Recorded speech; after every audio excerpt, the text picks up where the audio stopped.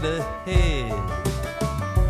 Welcome to the modern way. I ended up getting an internship and getting into radio kind of later in life, in my 40s, and have never looked back. I just absolutely love radio, and started working on the Modern West podcast just a few years ago. And that's been really challenging and exciting, just doing long form narrative storytelling, just really bringing some of these wild and crazy places in the West alive for people's ears, you know?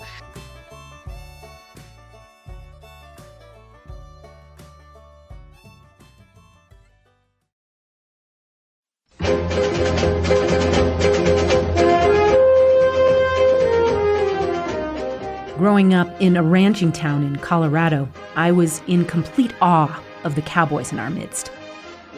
They exuded confidence, manliness, independence. They were the standard by which we all measured ourselves. Like Jake Heflin, my dad's good old buddy, a horse trainer, and for me, the quintessential cowboy. Bow-legged and mostly toothless, our families used to get together to play music.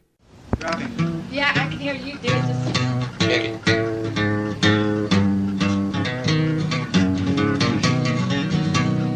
I'm leaving on that new river train. I'm leaving on that new river train.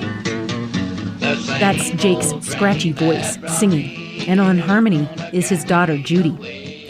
She tells me about how Jake followed the rodeo to Madison Square Garden and even into Elvis movies as a stuntman. Those movies, not so politically correct. In the 50s, they were making movies, left and right Western movies, and he would always be some like wild Indian or something, you know, going off of a... He was the female lead. He played her, and he was in a dress when he jumped off of a cliff. That's what he said, yeah. Yeah. And he had to jump off a cliff. On a horse. On a horse. Yeah. And there's something about that image of Jake in a dress, leaping off a cliff on a horse, that tells you a lot about the myth of the cowboy. He's a free spirit.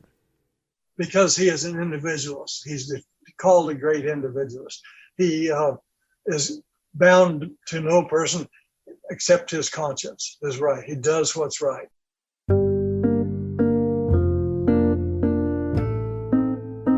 But like the cowboy in the dress, a whole lot of the cowboy mythos is a trick of the eye, make-believe. Because we hardly ever see the sweat and tears of the real ranching life. The romanticness of ranch, is probably what keeps people going, and probably what doesn't keep them there, because it don't turn out to be that romantic. It's hard work. And there's other misconceptions. For instance, did you know that in Wyoming, the so-called cowboy state, ranching only accounts for 2% of the overall GDP? And all those livestock leases to graze on public lands? Public lands ranching provides less than 3% of the beef consumed in the United States. So it's not as if this is a major market force driver for the beef industry overall in the United States. Yeah, we can't shake it. It's who we are. Go to any country in the world and wear a cowboy hat and some pointy boots, people know, oh, hey, that's an American. But the more I dig into this myth, the squishier it gets.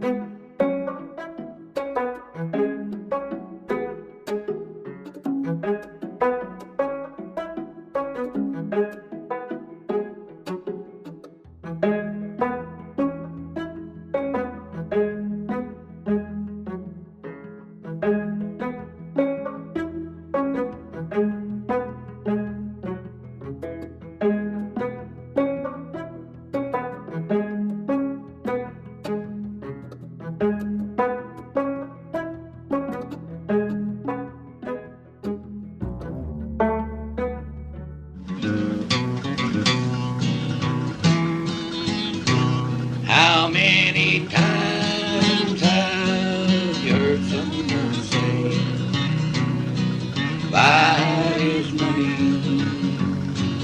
I could do things my way.